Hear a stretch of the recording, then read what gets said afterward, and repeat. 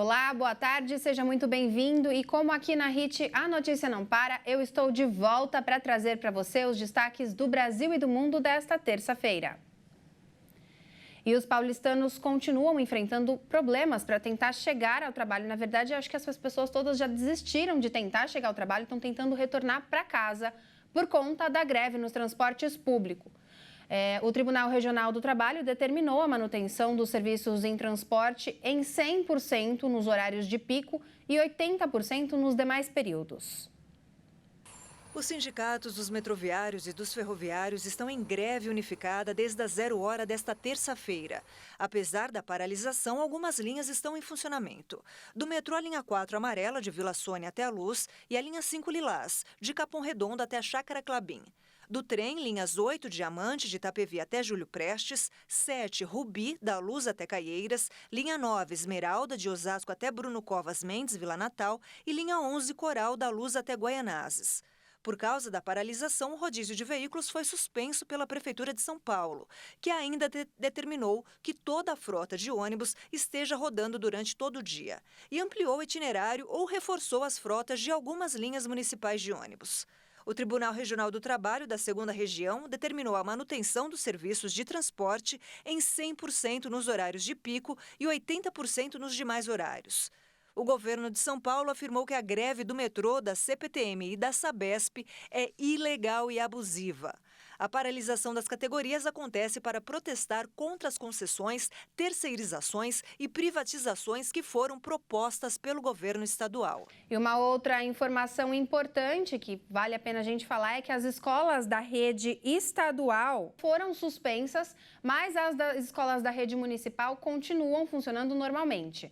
Hoje foi decretado ponto facultativo pelos governos estadual e municipal e, por isso, os agendamentos no SUS e no Poupa Tempo poderão ser remarcados.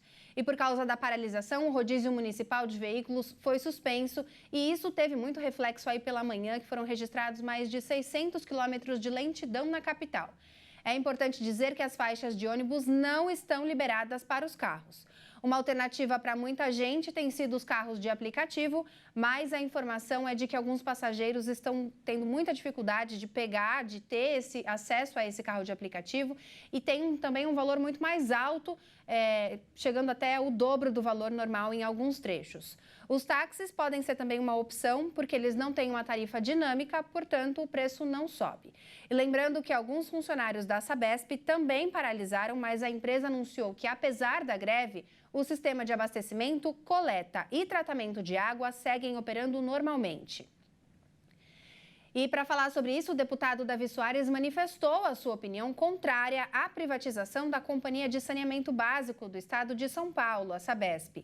Ele não concorda que essa atitude vai trazer melhorias para o serviço. Acompanhe. Com o argumento que o setor privado haverá de investir mais e as tarifas cairão, o governador advoga que essa seria a melhor saída para a água e esgoto no estado de São Paulo.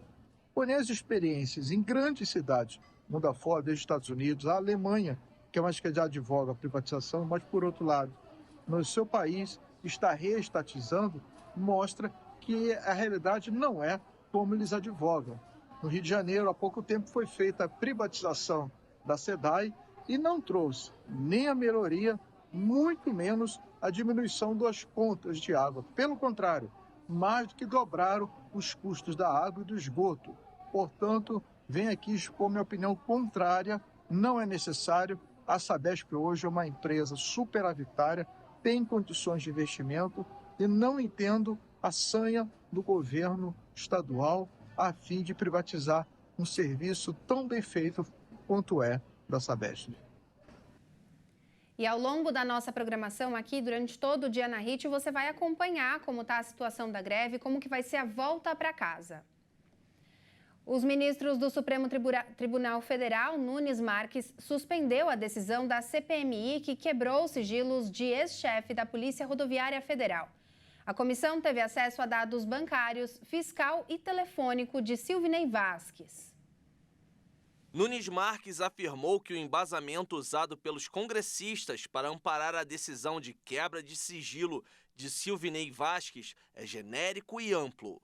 Para o ministro, a decisão não especificou condutas a serem investigadas e não há situação concreta que relacione o ex-diretor da PRF com os atos de 8 de janeiro, objeto da CPMI. Com isso, Nunes Marques suspendeu a decisão de quebra dos sigilos bancário, fiscal, telefônico e telemático de Silvinei. Apesar da determinação do magistrado, as informações sobre o ex-chefe da Polícia Rodoviária Federal já foram levantadas e remetidas à CPMI. O presidente do colegiado, deputado federal Arthur Maia, afirmou que vai recorrer da decisão do magistrado. O advogado de defesa de Silvinei Vasquez disse que com a decisão de Nunes Marques, os dados já remetidos à CPMI não podem ser usados no relatório final do colegiado. E olha só, as ações do grupo imobiliário Evergrande subiram 28% nesta terça-feira, ao retomar as negociações na Bolsa de Valores de Hong Kong, que foram suspensas na semana passada, quando a empresa anunciou que o presidente do conselho está sob investigação criminal. As ações da empresa imobiliária valorizaram 28% depois de uma sessão volátil, em que subiram 60 pontos percentuais, caíram para 10 e depois voltaram a crescer. A Evergrande se tornou um símbolo da crescente crise imobiliária chinesa, com várias empresas fortemente endividadas, o que suscitou receios de impacto na economia do país. A companhia calcula que as dívidas totalizavam 328 bilhões de dólares no final de junho, R$1,5 trilhão na cotação da época. Em setembro, a Evergrande alertou que não seria capaz de emitir uma nova dívida devido às investigações da subsidiária Renda. O setor imobiliário da construção tem sido um pilar do crescimento na China e registrou uma forte explosão do crescimento nas últimas décadas, mas a enorme dívida contraída pelas principais empresas passou a ser considerada um risco para a economia chinesa. Muito obrigada pela sua companhia. Essa edição fica por aqui. Continue ligado em nossa programação e até mais.